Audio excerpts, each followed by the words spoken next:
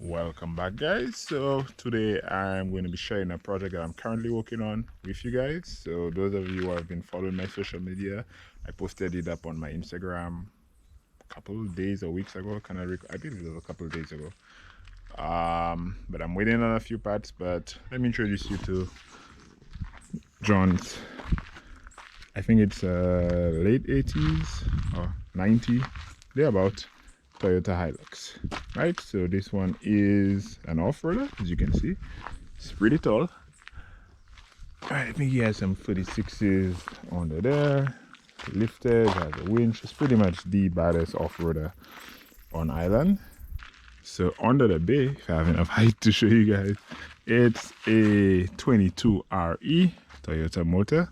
Still has its mass airflow sensor. To my knowledge, it has an aftermarket head and a cam. Otherwise, everything is stock. So it's still on the stock ECU and whatnot. The engine, for the most part, is not very happy on the stock ECU. He believes it's down on some power. And he also has a few plans. He may boost this engine or he may swap it out. So the plan is to now just take off the 1980s technology engine management from Toyota, and we're just going to be going to something a bit more modern. So we're going to be removing the airflow and everything. It's going to be map based, and we're going to try to optimize it, see if we can gain anything. He did try to dyno it to give it a baseline, and we only managed to get about 50 wheel horsepower because the clutch was slipping at the time. So not a true baseline, but hopefully we'll have to use the bud dyno, and we'll take it back to the dyno when the clutch and everything is fixed to see where the final numbers are, where the final numbers end up. I'm gonna be ditching the distributor. I'm gonna be using a crank trigger wheel, so I need to fabricate all of that. Put a 36-1 on the crank. No distributor, and I'm gonna be using some LS chuck coils. I'm still waiting on some parts to come in for that. And other than that, it's gonna be on the stock injectors for now. And also going to be adding fuel pressure and oil pressure display to it.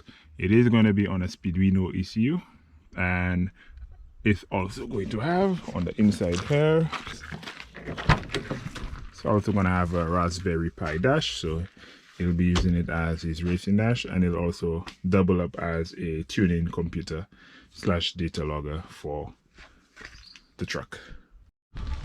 Okay, so it's been a few days, and let me bring you guys up to speed.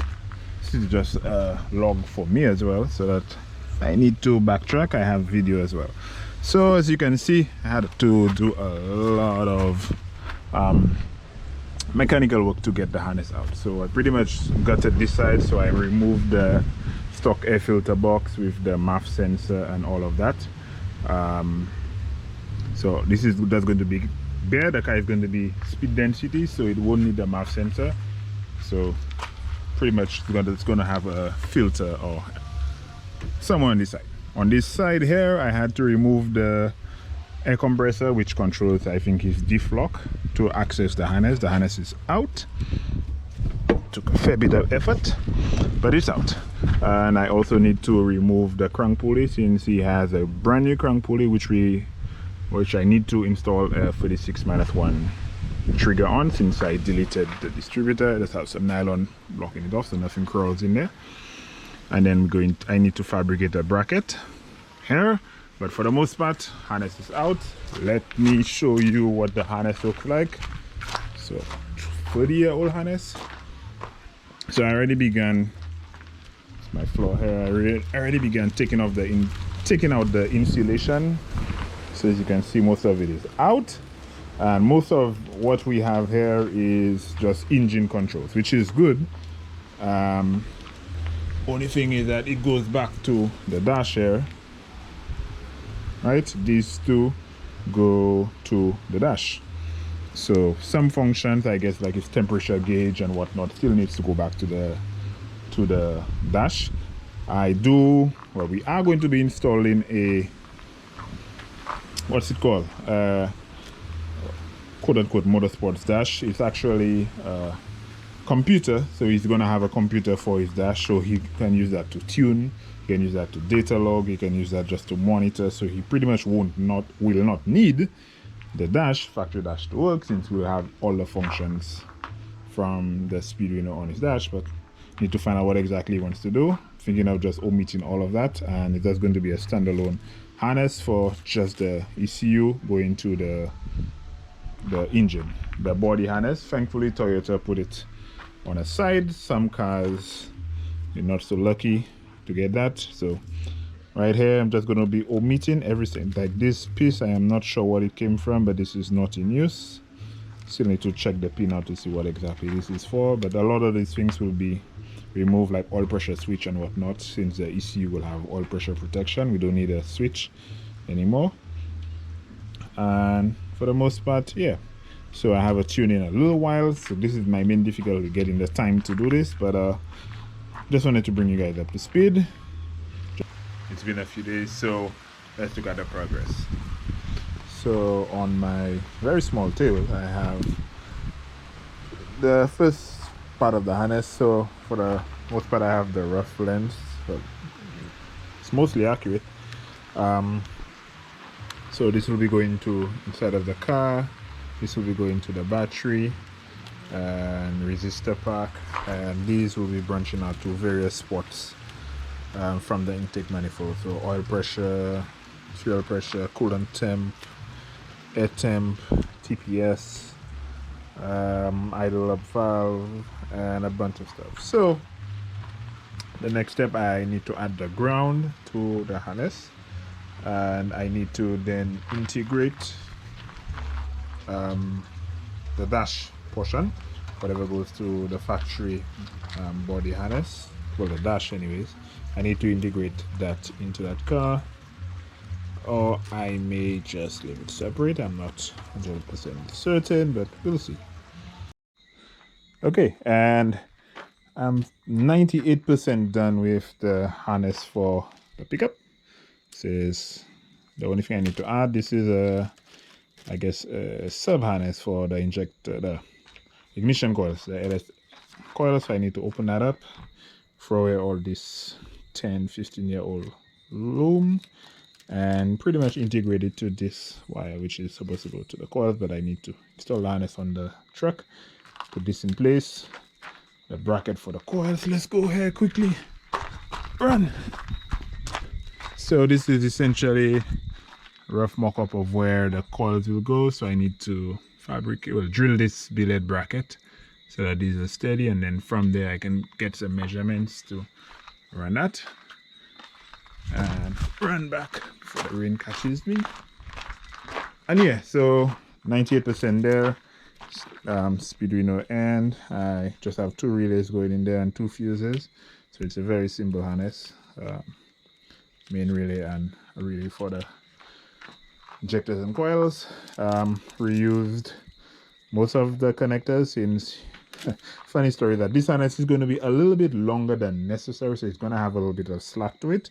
Reason being is that he wants to use it on his 22RE, and then he plans to swap in a free RZ afterwards. So I am future proofing this harness, so I just reuse most of his injector, TPS, coolant temp, which they're not in the best of shape, but they're good enough to work, and the ground. And the next thing is that I am, well, he is going to swap in a free RZ sometime down the road, and the free RZ, the intake and the exhaust are on opposite sides, well, opposite to this 22RE. So this one is essentially done, and next up is to put it in the car, the truck.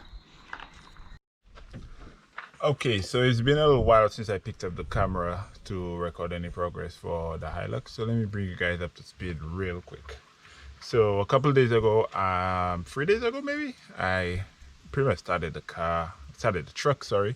So the harness is done, coils are installed, 36-1 trigger wheel, GM intake temp, and everything else. The wiring is essentially done. On the back there, it's a wiring mess. That is not my harness. That is essentially that's the lights, I believe, and everything. It needs some work because I believe that is a problem waiting to happen. But again, that's something John can take care of on his own time, I guess, at a later time. But back to the harness. So I went ahead and I threw a base tune on there. I pretty much just made something quick, and I went to start the car 3 days ago, and I honestly was not expecting it to start. These cars never start. These new installations never start perfectly anyways, first time around. So I did not have a camera or anything to get the technically the first start. I did not have my camera with me. So for trigger angle, I calculated the angle when I was taking the trigger wheel to the machine shop. So I calculated it, I told him where I wanted it welded, and it would have been about 90 degrees or so trigger offset in speeduino. So I put that and I threw in a base tune. I figured it would be a bit rich, which it is, and the car essentially started right up. So I will put that clip in there right now.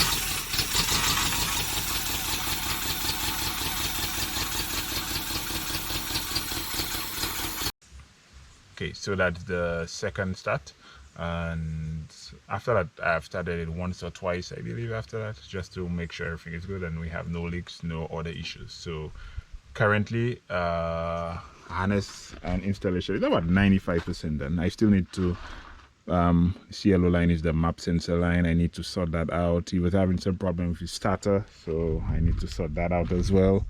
And drill a hole for the ATEM sensor. Right now it's just hanging on the back there, so I need to tap that so it's just recording engine bay temp. The wideband, I need to drill a hole in the exhaust to do that. The ECU itself is out of its case and it's just chilling there, and I need to just clean up the inside of that, but for the most part it's done. So right now what I'm going to do is I will go ahead and I will try to start it, another cold start, and probably gonna end the video there because it's probably really long, and the next video will just be me buttoning up everything and hopefully taking it out for a drive. So if you guys made it to the end of this video, you're a rock star. I appreciate it. Go ahead and like, comment, subscribe, and all that good stuff, and I'm gonna throw in the clip down, and I guess I'll catch you guys later.